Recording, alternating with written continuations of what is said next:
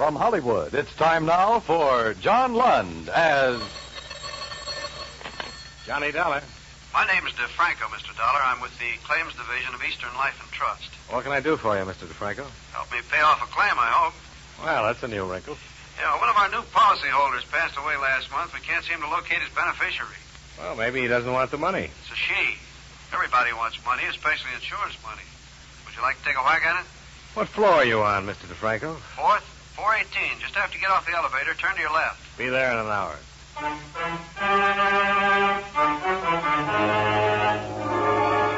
John Lund in a transcribed adventure of the man with the action-packed expense account, America's fabulous freelance insurance investigator. Yours truly, Johnny Dollar.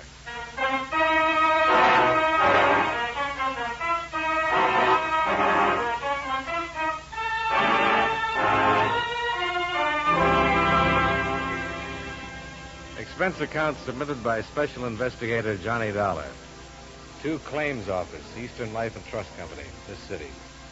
The following is an accounting of expenditures during my investigation of the Thelma Ibsen matter.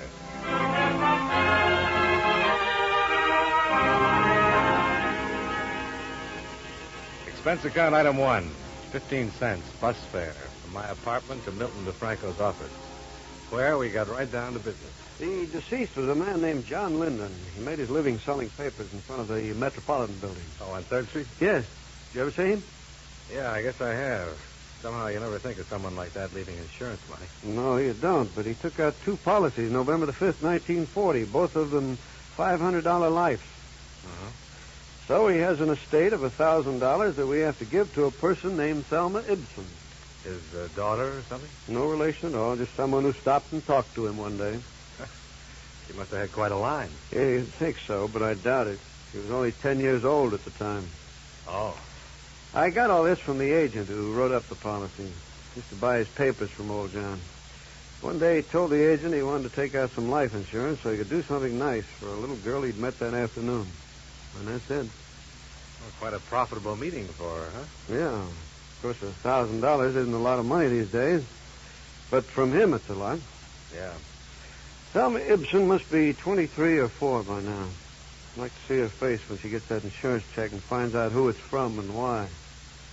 Might prove something about something. Yeah, it could, or maybe she isn't doing nice things for people anymore. Well, let's hope she is. I keep thinking of that old man out there hustling papers every day to make his $1.52 in premiums every week. It gets me somehow. Huh? He only saw her that one day in his life.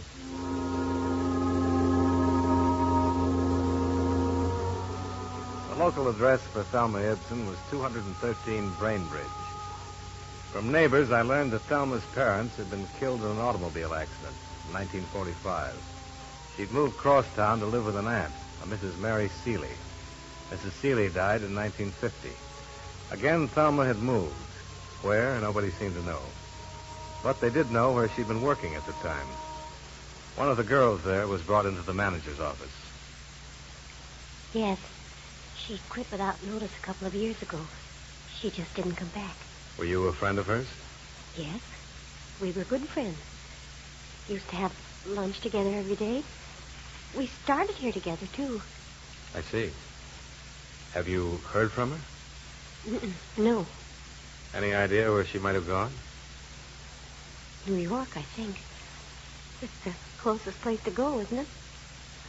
Funny she didn't write anybody or say anything when she left, don't you think? Yes, but Thelma was like that. Like what? Well, don't misunderstand me.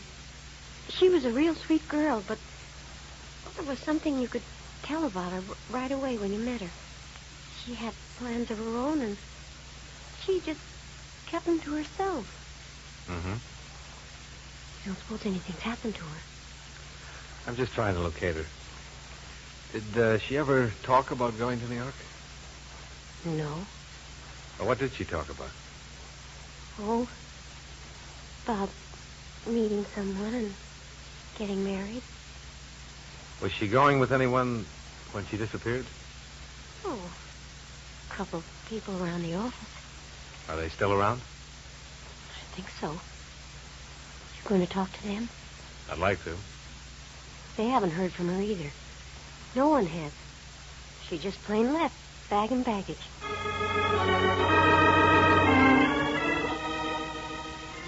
At the apartment hotel where she'd been living since her aunt's death, I learned that Thelma Ibsen had suddenly checked out with all of her belongings around Christmas of 1950.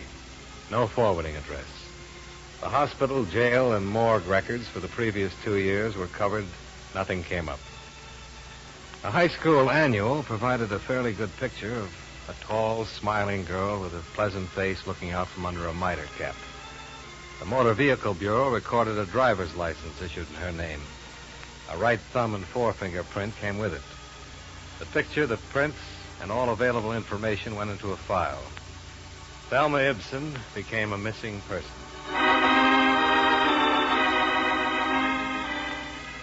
2 days later, the people at her office were re-questioned.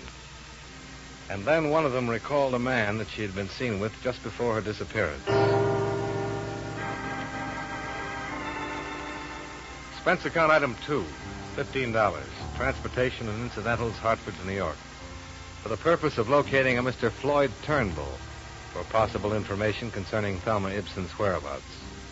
I made a list of the Floyd Turnbulls in the city directory and set out to interview each one. The right man happened to be number 5 on my list. Yes, of course I know Thelma Ibsen, Mr. Dollar.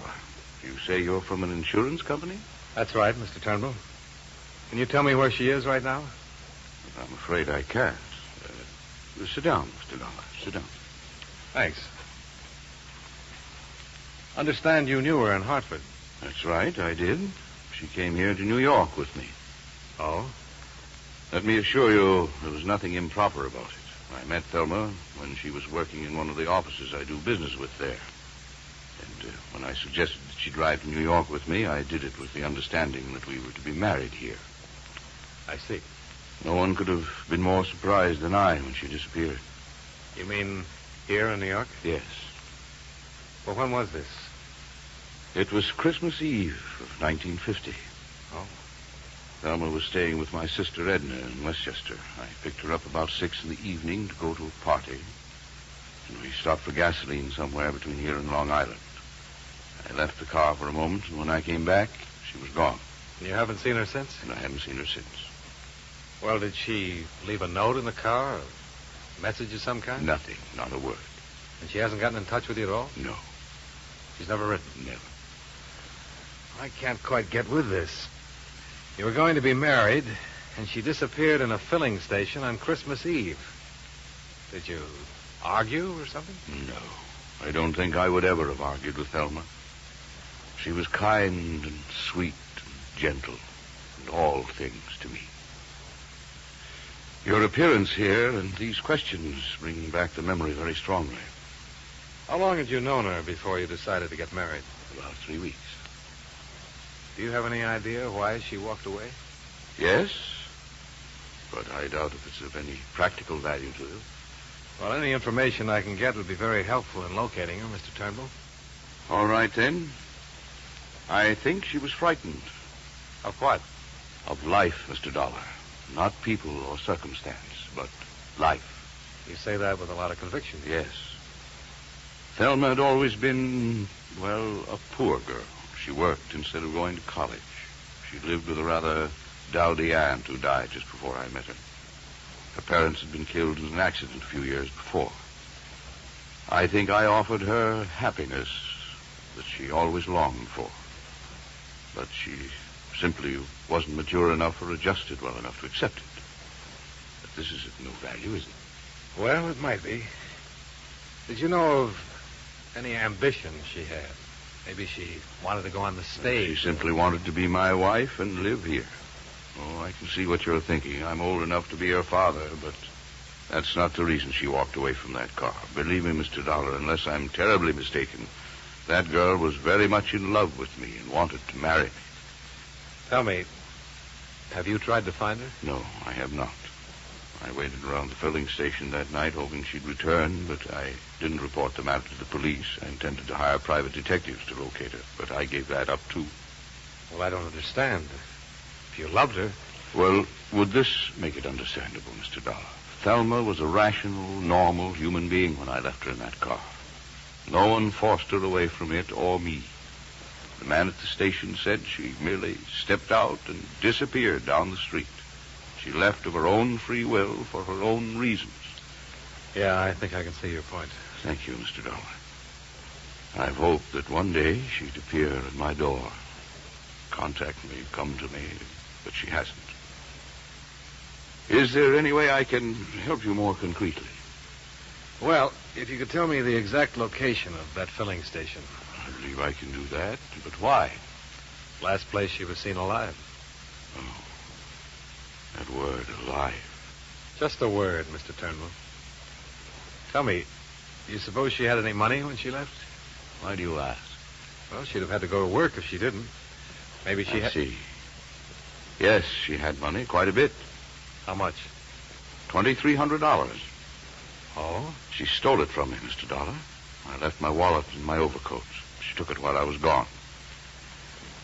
I would have given her all this, everything, but she had to steal it from me. She had to steal it like a common little thief. There's truly no fool like an old fool, is there, Mr. Dollar?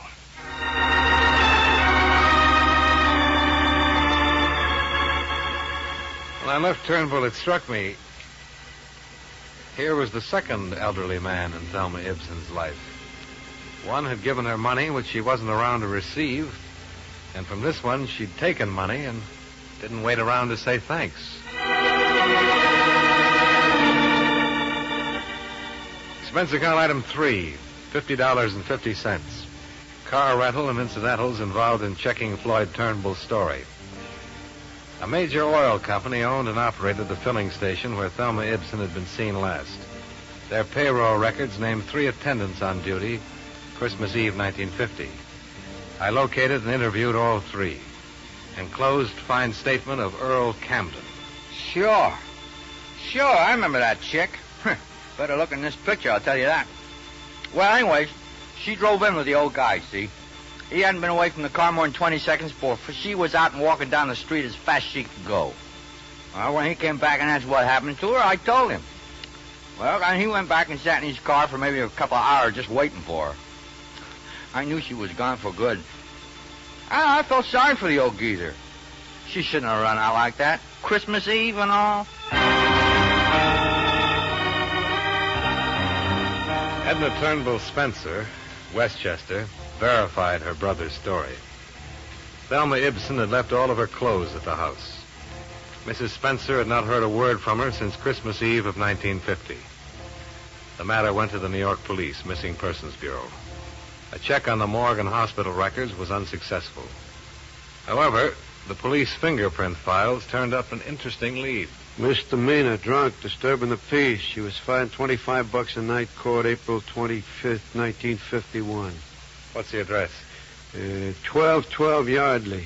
12 Yardley. Okay.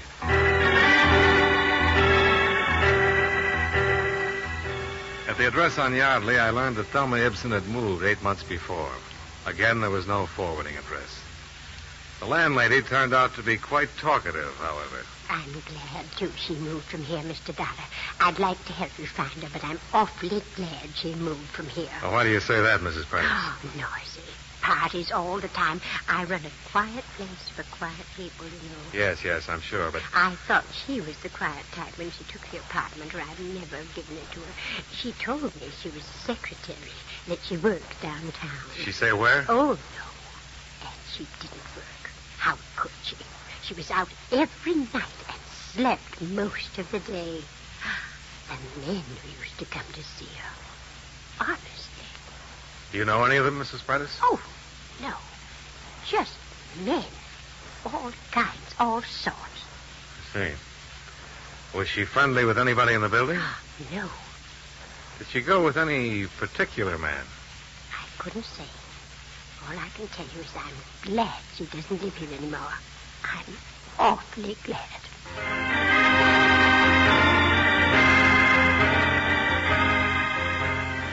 The more people I talked to, the more I learned about Thelma Ibsen, and the less I liked what I heard. I went back to the city hall. It had occurred to me that hardly anyone is ever arrested for being drunk and disturbing the peace alone. I was right.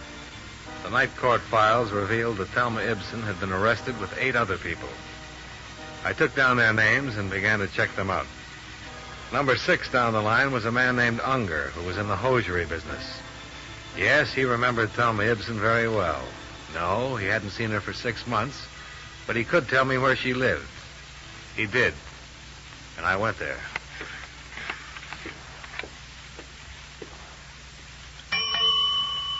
Yes, sir. May I help you?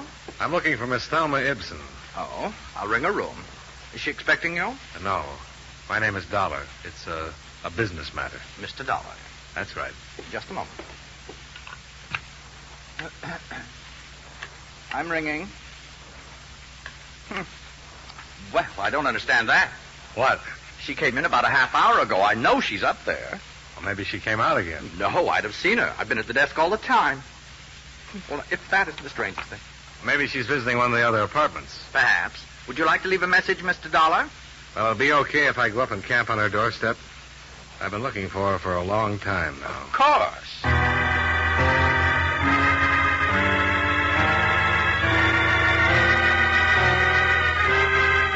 I took the elevator up to the 15th floor and walked down the hall to Thelma Ibsen's apartment. The door was standing partially open. All the lights seemed to be on. Miss Ibsen?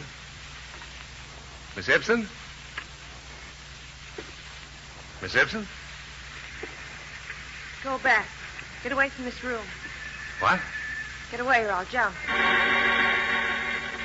I'd found Thelma Ibsen, only she was standing on a ledge outside the window, all ready for a leap into eternity.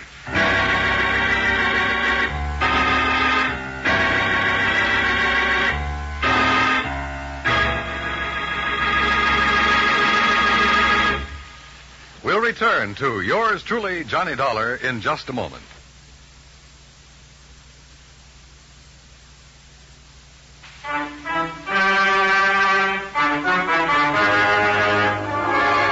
Now, with our star, John Lund, we bring you the second act of yours truly, Johnny Dollar.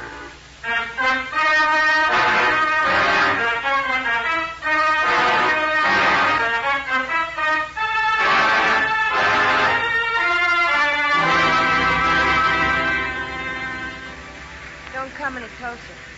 I won't. Thelma. What? You better come in now. You don't want to do this. I'm going to do it. It's cold out there. Don't you think you should come inside? I'm going to jump. Stay away now. Don't try to grab me. I'll do anything you say, Thelma. Okay. I never saw you before. How do you know my name? I've seen you. No, you haven't. I remember people. Watch. Just going to light a cigarette. Do you want one? No. Can I have one? All right. Where did you see me? In a picture. In your high school annual. You went to high school in Hartford. I don't know you. What's your name?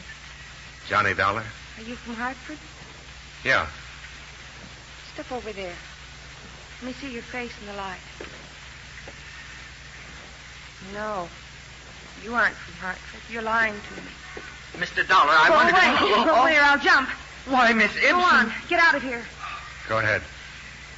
Call the police. Yes, of course, of course. I heard you tell him to call the police. I don't care. They can't stop me. Nobody can stop me. Maybe they won't even try, Thelma. Oh, I know they will.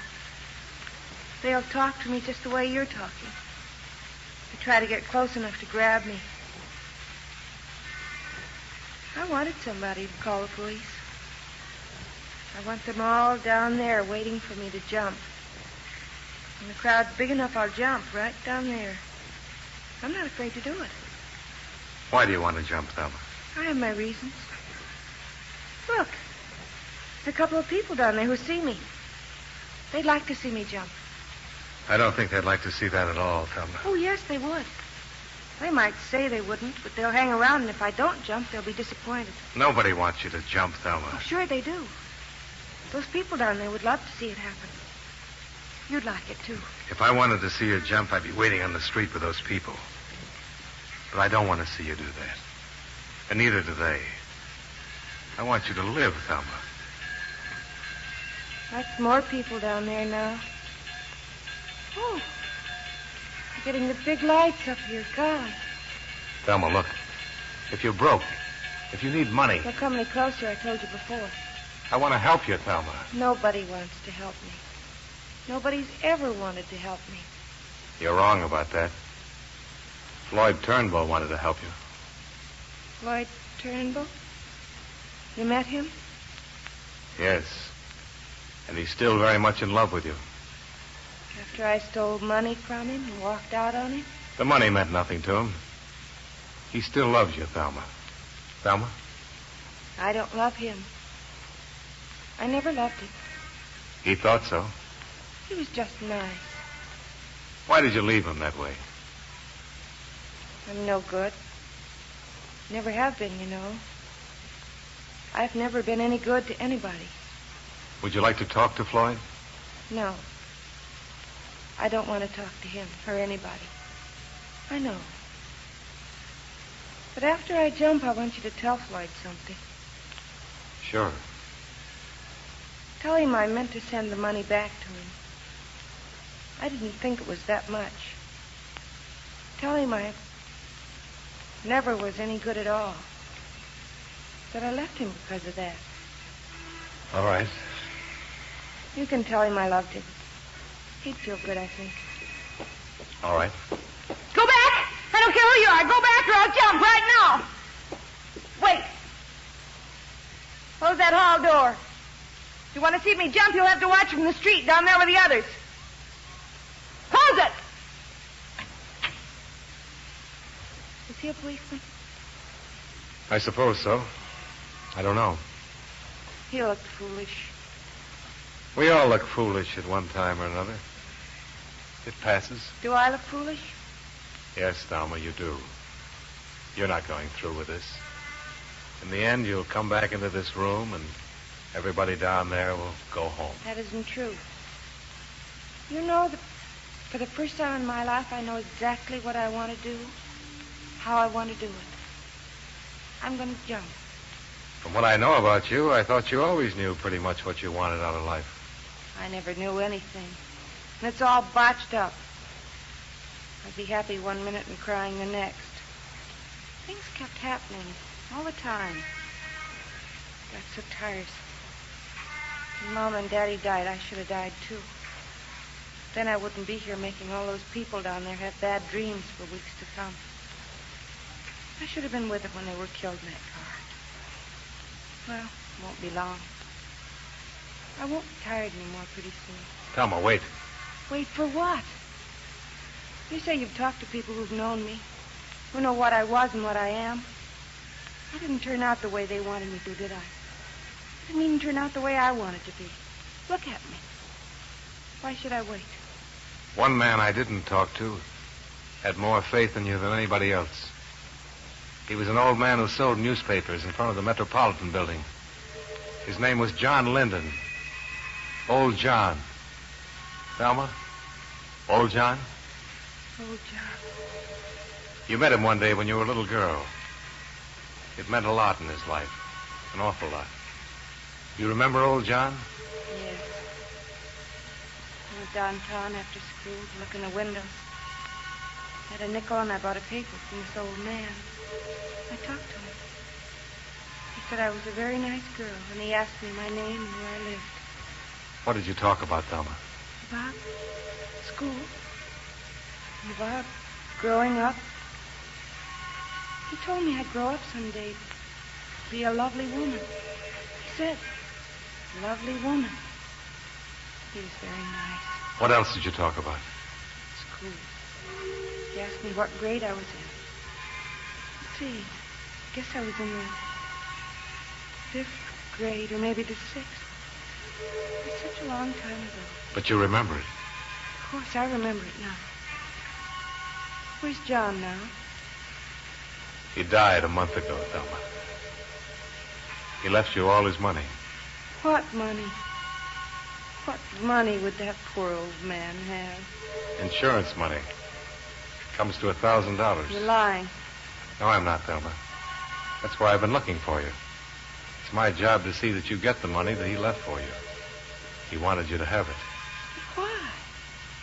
I didn't know him only that afternoon. But he wanted to help you. You're making all this up. It's all a lie. No. No, look. What? These prove I'm from the insurance company. Here. Throw them over. All right. You see? He wanted you to have something. That old man.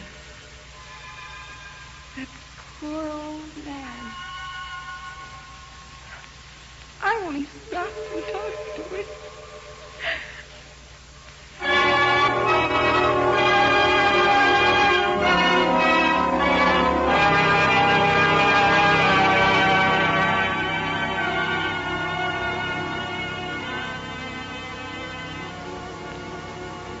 Expense account item 4, $3.50. Martinis. I needed them. It was my first, and I hope my last, experience with an intended suicide. The psychiatrists who examined and treated Thelma Ibsen believe that she'll make a complete recovery in time. They say it'll take months to determine the exact cause of her breakdown. But as far as we're concerned, the case is closed. Claim filed. Expense account, item 5, same as item 2. Transportation back to Hartford. Total, $84.15. Yours truly, Johnny Dollar.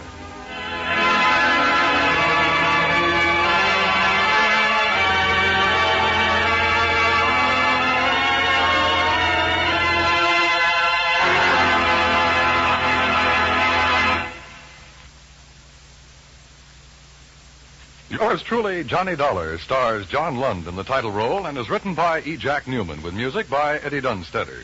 John Lund can currently be seen in the Universal International picture Just Across the Street. Featured in tonight's cast were Tom Tully, Jeanette Nolan, John McIntyre, Joe Kearns, and Virginia Gregg. Yours truly, Johnny Dollar, is transcribed in Hollywood by Jaime Del Valle.